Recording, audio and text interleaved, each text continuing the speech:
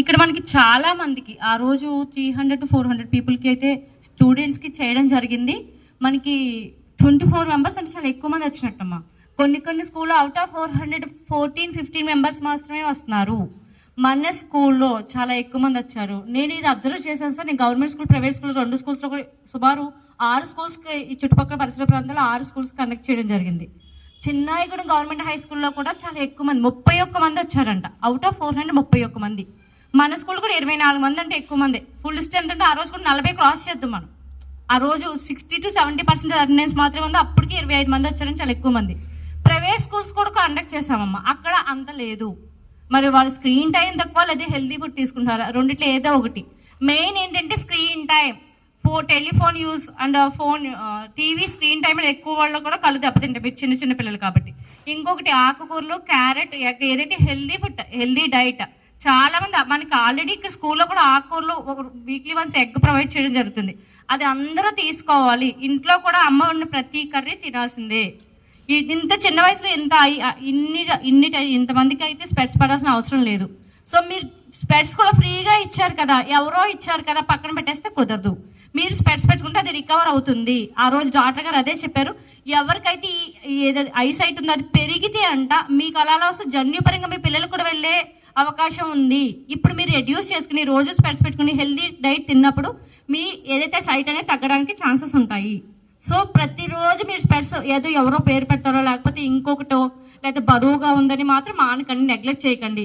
మన Lions club Jersey Yanamala Subrahmanyam గారు ఆ రోజు వచ్చారండి. ఆయన 5000 డొనేట్ చేసి మీకు స్పెట్స్ స్పాన్సర్ చేయడం జరిగింది. గట్టిగా ఆయనకి క్లాస్ కొట్టండి అందరూ. Okay, thank you. ఈ స్పెట్స్ మీరు రోజు పెట్టుకుని రోజు స్కూల్కి వచ్చినప్పుడు మేము కష్టపడి ఇంకోటి నిర్దోలు Rajarajeshwari eye camp eye hospital Kothapalli Ravi గారు, ఆయన చాలా ఈ చుట్టుపక్కల పరిసర ప్రాంతాలు అందరికీ కూడా ఆ హాస్పిటల్ ఆయనే రన్ చేస్తున్నారు. అమ్మ మేము ఫ్రీగా వ్యాన్ పంపిస్తారు, చాలా కాస్ట్ వ్యాన్ పంపిస్తారు, 5 మెంబర్స్ స్టాఫ్ని పంపిస్తారు. వాళ్ళ షెడ్యూల్ అంతా మేము ఏదైనా చేయడానికి రెడీ అని ఐ క్యాంప్ వాళ్ళు పిలవంగానే స్లాట్ ఇస్తారు. నేను ఎంతమంది దగ్గర పిలిచినా అంతమందికి వాళ్ళు వస్తున్నారు. ఈవెన్ సింగిల్ రూపీ నా దగ్గర ఎప్పుడు వాళ్ళు తీసుకోలేదు. గట్టిగా నిర్దోలు రాజరాజేశ్వరి ఐ హాస్పిటల్ వాళ్ళకి గట్టిగా క్లాప్స్ కొట్టండి.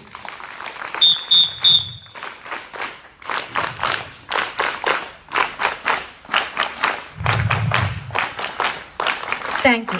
ఇంకో చిన్న విషయం ఏంటంటే నేను ఎక్కువ స్కూల్స్కి ఎందుకు వెళ్తున్నానంటే ఇక్కడ ఏమన్నా అనుకోండి, నా డ్రీమ్, నా విజన్ ఏదైనా అనుకోండి. ఎందుకంటే నేను చిన్నప్పుడు ఏదైతే సర్వీసెస్ తీసుకున్నానో లయన్స్ క్లబ్ దగ్గర, నేను చిన్నప్పుడు డిగ్రీలో నా స్కూల్ స్టేజ్లో కూడా లయన్స్ క్లబ్ నుంచి నేను సర్వీసెస్ తీసుకున్నాను. అవే సర్వీసెస్ నా ప్రపంచానికి, నా చుట్టూ సమాజానికి ఇవ్వాలని నా వంతు నేను ట్రై చేస్తున్నాను. సో మీ అందరికి నేను ఎక్కువ ఎందుకు వస్తున్నాను అంటే మీరు ఖచ్చితంగా మంచి జాబ్లో సెటిల్ అవుతారు. మీ వంతు మీరు పెద్ద కాదు, లయన్స్ క్లబ్ అవ్వచ్చు, రోటరీ క్లబ్ అవ్వచ్చు, లేకపోతే మానవత ఏదైనా సరే మీ చుట్టూ చాలా సామాజిక సేవా సంస్థలు ఉంటాయి. అందులో మీ వంతు మీరు ముందు చక్కగా చదివి మంచి జాబ్ చేసినప్పుడు ఇది చేయగలుగుతారు.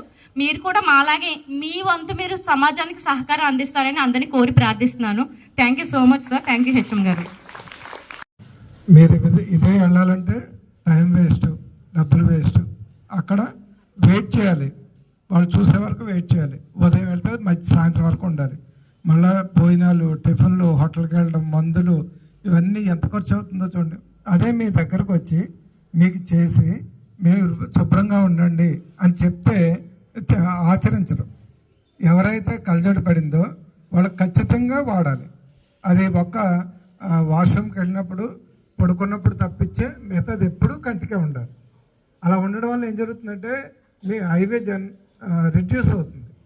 అది ఖచ్చితంగా మీరు కాల్తో ప్రూవ్ చేసుకోండి. మీకు ఇంతకుముందు టెస్ట్ చేసినప్పుడు ఎంత ఉందో కలజోడు ఇచ్చిన తర్వాత మీరు రెగ్యులర్గా వాడితే ఎంత ఉందో తర్వాత టెస్ట్ చేసుకుంటే ఖచ్చితంగా రిడ్యూస్ అవుతుంది విజన్, నేను చెప్పగలను. నెక్స్ట్ ఏంటంటే ఎవరైతే ఈ ఎగ్ తింటారో ఈ ఎగ్ తిన్న ప్రతి ఒక్కరికి కంటి చూపు మెరుగుపడుతుంది. ఇప్పుడు ఎగ్ ఇచ్చింది దానికోసం కంటి చూపు ఖచ్చితంగా మెరుగుపడుతుంది. ఎగ్ ఎవరైతే పడేయకుండా తింటారో అందుకనే 5 రోజులు ఇస్తున్నారు మనకి. ఒక శనివారం తప్పించి మిగతా రోజులు ఎగ్ ఇస్తున్నారు. ఆ ఎగ్ ఎల్లో ఉంటుంది కదా, ఎల్లో ఎగ్, అది పచ్చసొన మాత్రం పడేయకూడదు. మీరు చిన్నపిల్లలు, ఈ డయాబెటీస్ ఉన్నవాళ్ళు, హార్ట్ అటాక్ ఉన్నవాళ్ళు, కొలెస్ట్రాల్ కోసం వాళ్ళు కూడా 1-2 తినొచ్చు. 10-15 తినకూడదు, కానీ 1-2 ఎవరైనా తినొచ్చు. ఆరోగ్యం బాగున్నా బాగోకపోయినా తినొచ్చు. అది కంప్లీట్ ఫుడ్, ప్రోటీన్ ఫుడ్, అందరికీ ఉపయోగపడుతుంది. మనకు తినే ఆకుకూరలు పెడుతున్నారు 2 రోజులు, వారానికి 2 రోజులు, అవి పడేస్తున్నారు. ఆకుకూర అందులో కరివేపాకు వేసినా ఇంకోటి వేసినా ఖచ్చితంగా తినాలి. కరివేపాకు కూడా మీ జుట్టు పెరగడానికి, జుట్టు ఊడిపోవడానికి కరివేపాకు ఉపయోగపడుతుంది. ఇలాగ ప్రతి వస్తువు, క్యారెట్ ఉందనుకోండి బ్లడ్, బీట్రూట్ ఉందనుకోండి బ్లడ్ ఇంక్రీజ్ అవుతుంది. ఏదన్నా మన శరీరానికి మనం తీసుకునేటటువంటి కూరగాయలే మెడిసిన్. మీరు ప్రత్యేకంగా మెడిసిన్కి వెళ్ళక్కర్లా. మీరు కూరగాయలు కానీ ఆహార పదార్థాలు కానీ ఏవైతే తీసుకున్నారో మీకు వచ్చిన డిసీజ్ని అవి తగ్గించడానికి చాలా వరకు ఉపయోగపడుతుంది. వీళ్ళ యొక్క శ్రమని, వాళ్ళ పాపం పనంతా విడిచిపెట్టి మీ దగ్గరకు వచ్చి మీకు చేస్తే మీరు దాన్ని సద్వినియోగం చేసుకోవాలి. వాళ్ళకి కావాల్సింది అదే. మీరు పెద్ద అయిన తర్వాత ఏదో ఎన్జిఓ నాన్ గవర్నమెంట్ ఆర్గనైజేషన్స్ ఉన్నాయి, లయన్స్ క్లబ్ అని, రోటరీ క్లబ్ అని, వాసవి క్లబ్ అని, దేంట్లో జాయిన్ అయినా పర్వాలేదు. అప్పుడు ఏం చేయాలి? మీరు బాగా చదువుకోవాలి, మంచి ఉద్యోగం చేసుకోవాలి, మీ కుటుంబాన్ని పోషించుకుంటూ సేవా కార్యక్రమాన్ని చేయాలి. దానికి ఎంతో కొంత మీరు తోడ్పడాలి.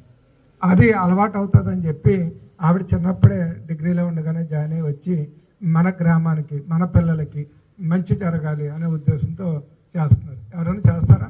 ఎంతమంది ఉన్నారు? 1,00,000 మంది ఉంటారు. ఎవరైనా వస్తున్నారా? ఎవరైనా చేస్తున్నారా? ఆవిడ ఒక్కవిడ ఎందుకు రావాలి? ఆ దృక్పథం ఉండాలి, ఆ చెయ్యాలనేటువంటి హ్యాబిట్ ఉండాలి, అది ఆ కుతూహలం, ఉత్సాహం ఉండాలి. ప్రతి ఒక్కరు చేయలేరు. అది అర్థమైందా? చాలామంది డబ్బులు తీసుకున్నా, జీతం ఇచ్చినా చేయరు. వాళ్ళ డ్యూటీ ఏదో అది చేసుకుంటారు, వెళ్ళిపోతారు అంతే. ఇది ఏమీ లేకుండా, రూపాయి లేకుండా చేసి డబ్బులు ఇచ్చి జీతం ఉద్యోగం చేయాలంటేనే నాకు అక్కడ నొప్పి, ఎక్కడ నొప్పి, నాకు బాగోలేదు, ఒంట్లో బాగోలేదు, మా పిల్లలకు బాగోలేదు, మా ఇంట్లో వాళ్ళు బాగోలేదు అని వెళ్ళిపోతారు. కానీ ఆవిడకి 1 రూపాయి కూడా మనం ఇవ్వట్లేదు. ఇవ్వకపోయినా సరే ఆవిడ ఎన్నిసార్లు వచ్చారు, కాంపిటీషన్స్ పెట్టారు, గిఫ్ట్లు ఇచ్చారు, ఇవన్నీ ఇచ్చారు. ఎందుకు ఇచ్చారా మీకు? అది శుభ్రంగా వాడుకోండి. అదే మనకు వాళ్ళకి ఇచ్చేటటువంటి బహుమతి. Thank you.